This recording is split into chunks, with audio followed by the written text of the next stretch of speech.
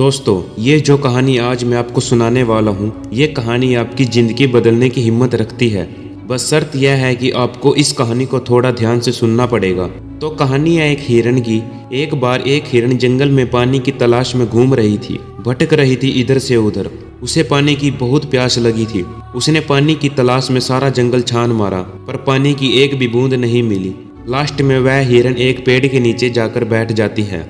थोड़ी देर के बाद उस हिरण को पानी की आवाज़ सुनाई देती है। उस पानी की आवाज़ को सुनते सुनते वह एक जगह पहुंच जाती है तो उसको अपने सामने एक बड़ी सी नदी दिखती है। वह दौड़ती हुई उस नदी के पास पहुंच जाती है और जैसे ही पानी पीने के लिए अपना सर नदी में झुकाती है तो उसकी नज़र अपने राइट में पड़ती है।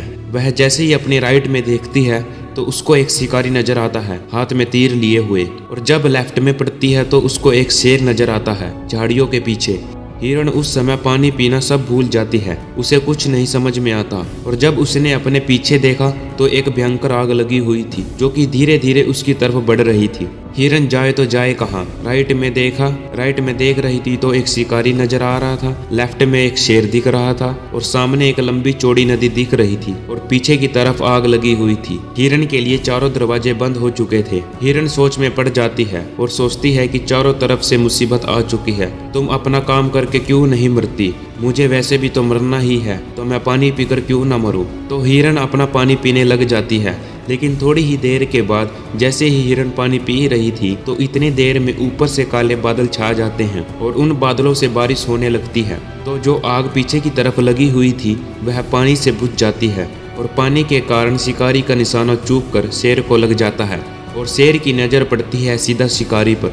तो शेर शिकारी के पीछे भागने लगता है। तो जैसे हिरण पानी पीने के बाद अपना सर ऊपर उठाती है तो उसे ना तो शिकारी दिखता है और ना ही शेर, और आग भी बुझी हुई दिखती है। मोरल ऑफ द स्टोरी मेरे दोस्त, इस कहानी से हमें यह सीख मिलती है कि इंसान की ज़िंदगी में प्रॉब्लम आती नहीं है, और जब आती हैं तो चारों तरफ से आती हैं।